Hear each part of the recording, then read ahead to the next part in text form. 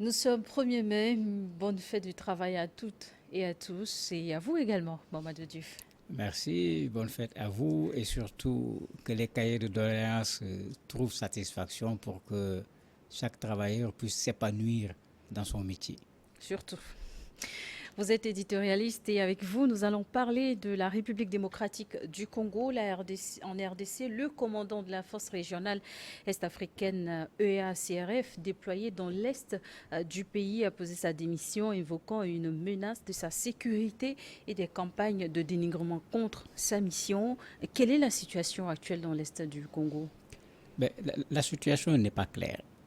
La situation n'est pas claire puisque la feuille de route parlait de cesser le feu. On ne peut pas parler de cesser le feu. La feuille de route parlait de retrait du M23. Le M23 dit je me suis retiré. Le gouvernement dit ils ne se sont pas retirés. Il y a une partie qui est restée. La force des États de l'Afrique de l'Est est en train de s'installer petit à petit. Mais on n'a pas quelque chose de très clair parce que les deux belligérants ne parlent pas du tout le même langage par rapport à ce retrait qui avait été prévu. C'est vrai, il y a des espaces où il y a un retrait qui peut être constaté, il y a des espaces où le retrait est discutable. C'est comme ça qu'il faut l'appeler. Et bon, pour le moment, il n'y a pas de dialogue direct surtout entre le gouvernement de la RDC et le M23.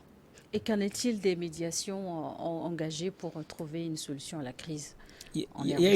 Il y a eu plusieurs médiations. Il y a une qu'on appelle celle de Nairobi, il y a l'autre qui est de l'Angola, qui est celle de l'Union africaine. Celle de Nairobi travaille sur les groupes armés de façon générale, avec l'ancien président du Kenya.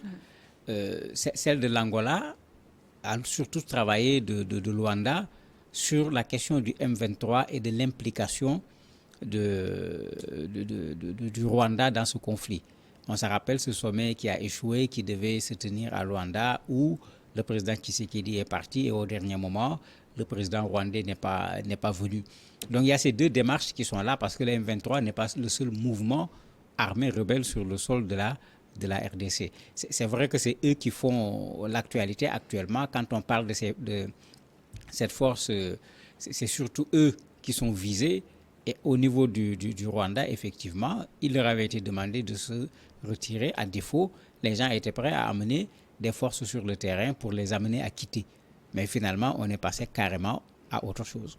Alors, cette démission du général à la tête de la force est-africaine déployée en est du Congo, est-ce que cela n'affaiblit pas la force face aux groupes armés? Il faut dire que la force est mal partie. Comment l'expliquez-vous? La force est mal partie puisque dès la réunion de Luanda, quand il a été question d'envoyer une force, une bonne partie des populations de la zone et une bonne partie des populations de la RDC ont dit on ne veut pas de force étrangère. C'était ça la position d'une partie.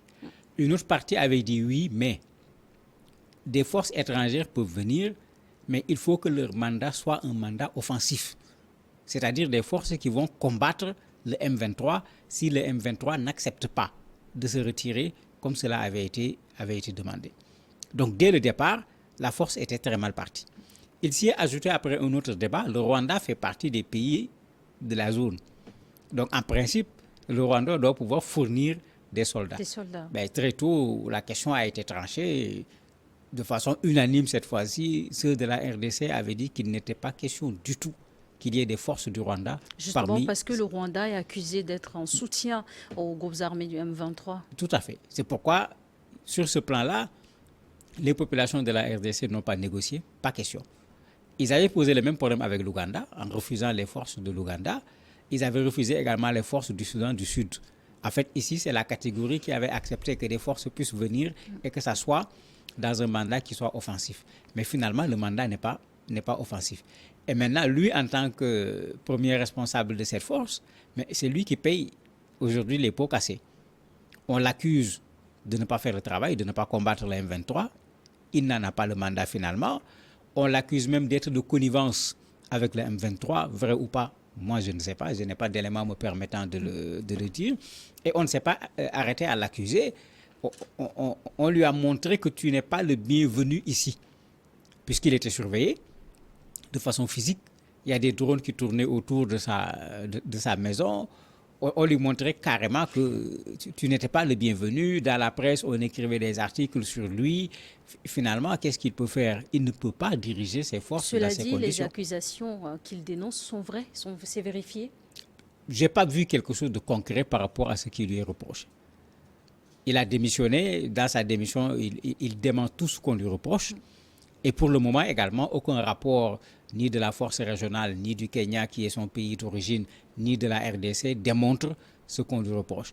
Mais il est venu diriger une force dont les populations ne voulaient pas. Et cette force est en train de subir tout simplement ce que la MONUSCO est en train de subir aujourd'hui au niveau de la RDC, où les populations manifestent pour demander à la MONUSCO de quitter le territoire congolais. La démission du général Nyanga, commandant en chef de la force régionale est-africaine qui donc a été déployée dans l'est du Congo, il sera ensuite remplacé par un autre général. Mais est-ce que cela va apporter un grand changement? Non. Si le problème n'est pas la personne en tête de la force. Le changement de l'homme ne réglera pas le problème. Parce qu'en fait, comme je l'ai dit, cette force est venue dans une RDC où on ne voulait plus d'une force étrangère, sauf si c'est une force qui vient s'engager avec l'armée de la RDC pour combattre les groupes armés de façon générale et pour ce cas spécifique pour combattre le M23. Et il faut le dire, au départ à la réunion de Rwanda, quand les premiers agendas avaient été donnés, les gens étaient allés même jusqu'à donner un deadline au M23, 72 heures de quitter. S'ils ne le font pas, ils peuvent utiliser la force pour les faire partir. Mais on a bien entendu les gens tenir ce discours devant les médias. Mais ils ont effectivement quitté certains villages de oui, la mais RDC. Le problème, c'est que quand vous regardez l'agenda qui était prévu, le 7 décembre, pas le 7 décembre à venir, le 7 décembre passé, les populations déplacées devraient avoir rejoint leur territoire. On est extrêmement loin de cela. On est à plus de 1 million de populations déplacées. Et comme j'ai dit, les gens disent qu'ils ont fait bouger du matériel, etc. Mais ils considèrent que certains rebelles sont restés sur place. Et le retrait ne s'est pas fait parce qu'il ne s'agissait pas de ce... Il y avait plusieurs choses en fait à faire. Il fallait un cessez-le-feu. On n'a pas un véritable cessez-le-feu. On est dans une situation de ni paix ni guerre. Donc on n'a pas atteint ce niveau-là. Après le cessez-le-feu, il fallait faire ce qu'on appelle un pré-cantonnement. Il y avait un endroit où ils devaient se regrouper. Après, il y avait un cantonnement. Il y a un autre second endroit où ils devaient se regrouper. Il devait y avoir un désarmement, justement, une démobilisation et ensuite une réinsertion au niveau de l'armée de la RDC. Mais tout ceci n'a pas du tout été fait. Il ne faut pas qu'on oublie que c'est un accord similaire qui avait été signé. À l'époque, le M23 était certes en situation de faiblesse. Ils avaient accepté. Mais quand ils ont repris les armes, l'argument qu'ils donnent, c'est que l'accord qui avait été signé n'a pas été respecté. Donc, on est dans une situation où on ne sait pas trop dans quelle direction on va aller, d'autant plus que le président Tshisekedi a dit et redit qu'il ne va pas rencontrer le M23, alors qu'on ne peut pas aboutir à ces accords sans pour autant que le M23 et le gouvernement de la RDC ne se rencontrent. Les forces déployées ont commencé par, en tout cas, se mettre en situation à partir du mois de novembre passé. Les groupes déployés pour donc combattre le mouvement du M23 en RDC, le pays en proie aux groupes armés depuis près de 30 ans. Si elle échoue à sa mission, que restera-t-il pour faire mettre fin à ce conflit ? Mais il y a déjà un problème, puisque les gens avaient dit que c'était une force qui devait intervenir de façon rapide et régler ce problème. Et elle n'avait pas pour vocation de durer comme ce qui est le cas de la MONUSCO. Le mandat, c'était de 6 mois. Mais novembre Pour une guerre qui dure depuis 30 ans, 6 mois suffirait raisonnablement pour régler la situation. Oui, s'ils étaient restés dans la première perspective, où on disait au M23, retourne dans tes positions antérieures, point. Vous ne le faites pas. La région se met ensemble pour vous combattre, ça aurait été possible en 6 mois. Mais avec la posture actuelle où ils disent qu'ils sont neutres, ils ne vont pas combattre le M23, ils vont constater le retrait du M23, mais on est en train d'avoir les 6 mois, alors qu'on n'a pas encore de solution. Il y a déjà une négociation qui se fait, on parle de 3 mois à ajouter. La RDC commence déjà à être réticente parce que le gouvernement de la RDC demande qu'on fasse un bilan de façon exhaustive de la présence et de l'utilité de ces forces pour dire que ce n'est plus les populations seulement. Mais aujourd'hui, de façon officielle, c'est comme si la RDC ne veut plus de cette force parce que le caractère offensif au niveau du mandat n'est pas présent. Ce qui fait que ce n'est pas seulement la personne du général qui pose problème, mais c'est la présence de ces forces-là qui pose problème. Même en termes de location d'espace, il y a des choses que le gouvernement de la RDC devait mettre à la disposition de ces forces qui viennent quand même sur le territoire de la RDC. La RDC commence à être réticente en disant que si on veut qu'on le fasse, il faut qu'il y ait un bilan en bonne et due forme pour voir est-ce que c'est utile ou pas.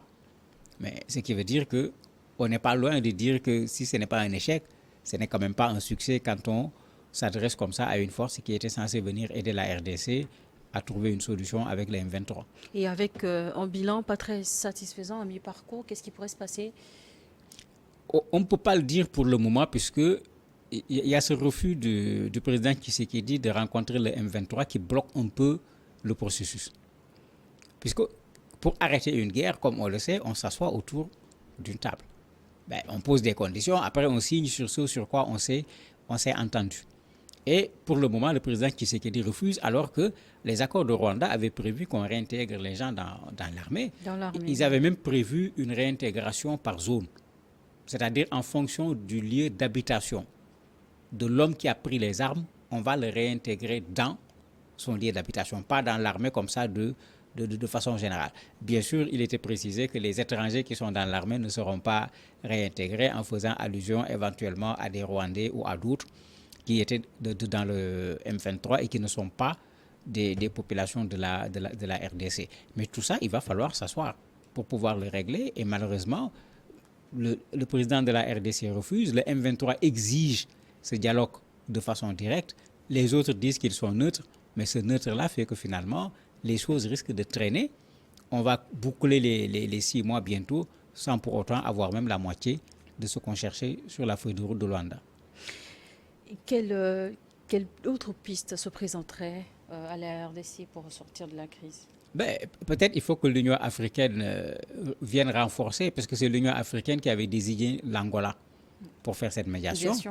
Il faut que l'Union africaine vienne renforcer et il faut peut-être que les pressions par rapport au Rwanda deviennent encore beaucoup plus fortes, puisque la force du M23 est en partie liée au Rwanda et la relation entre la RDC et le Rwanda aujourd'hui, il ne reste presque pas rien du tout.